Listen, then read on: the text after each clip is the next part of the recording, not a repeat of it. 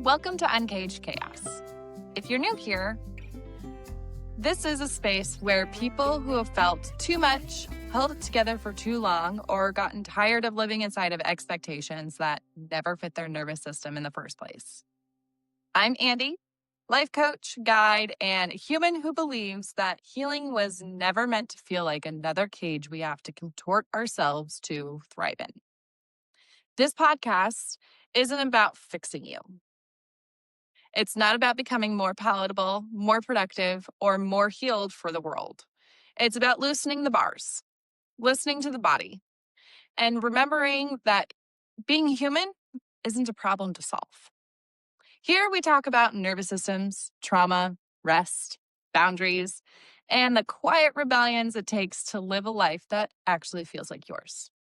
And today's episode is for anyone who feels exhausted by the pressure to constantly grow, evolve, and challenge themselves in the name of healing. Because sometimes healing doesn't look like transformation. Sometimes it looks like rest. Sometimes it just looks like stillness. And sometimes it looks like simply being alive and letting that just be enough.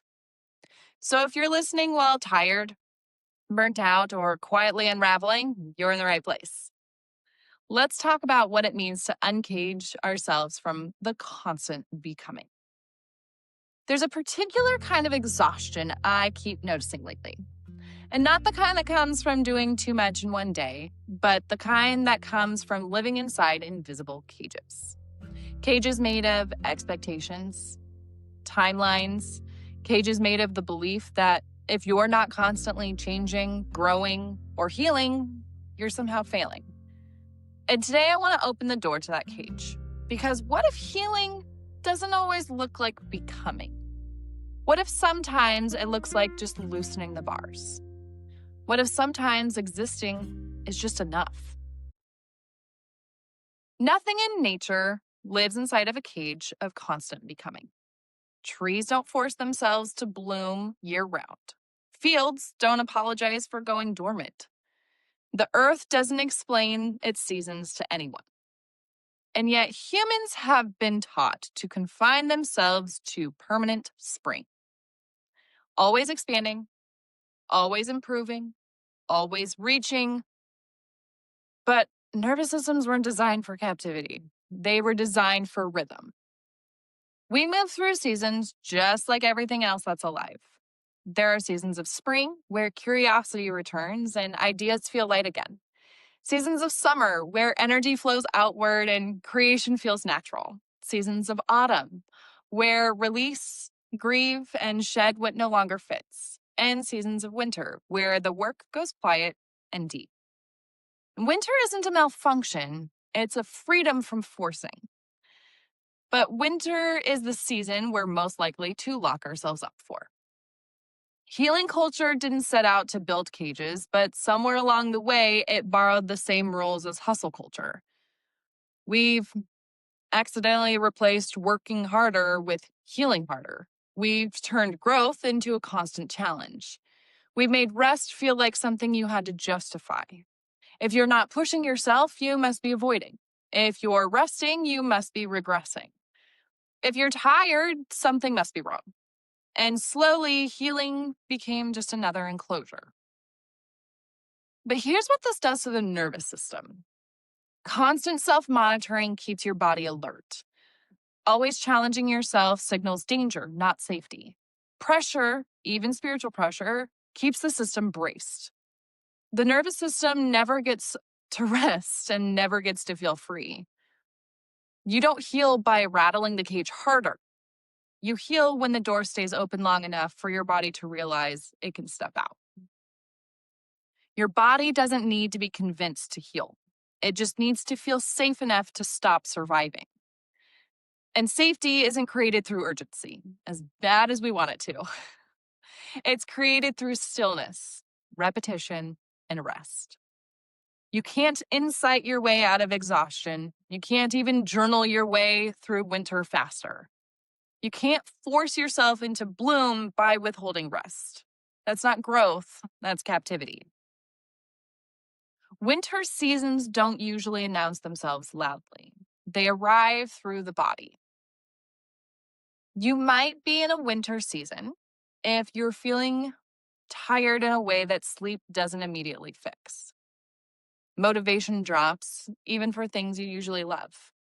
Your tolerance for noise, people, or stimulation is lower, or you crave simplicity instead of novelty. You feel less interested in working on yourself. And your body just craves stillness more than solutions. That doesn't mean you're depressed. It means and it doesn't even mean you're stuck. It means you're healing, not failing. It means your system is asking to uncage itself from constant output. Rest in winter doesn't look glamorous. It looks like letting days be neutral, sleeping more without explaining, eating simple, comforting foods, and watching familiar shows, sitting without self-improvement noise, canceling plans without justification, and not turning every emotion into a lesson. Winter rest isn't about recharging. It's about lowering the bars. Rest doesn't require retreat or schedule or even permission. It just starts with listening. Some gentle ways to practice rest. Let at least one day a week be unproductive on purpose. Go to bed earlier without optimizing your routine. Eat foods that feel grounding instead of impressive. Lower sensory inputs. Dim the lights, quiet music, fewer screens.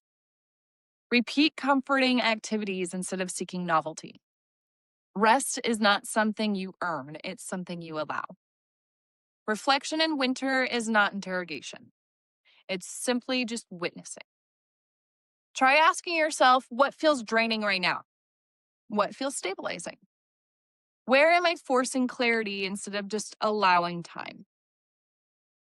What does my body ask for when I stop explaining myself?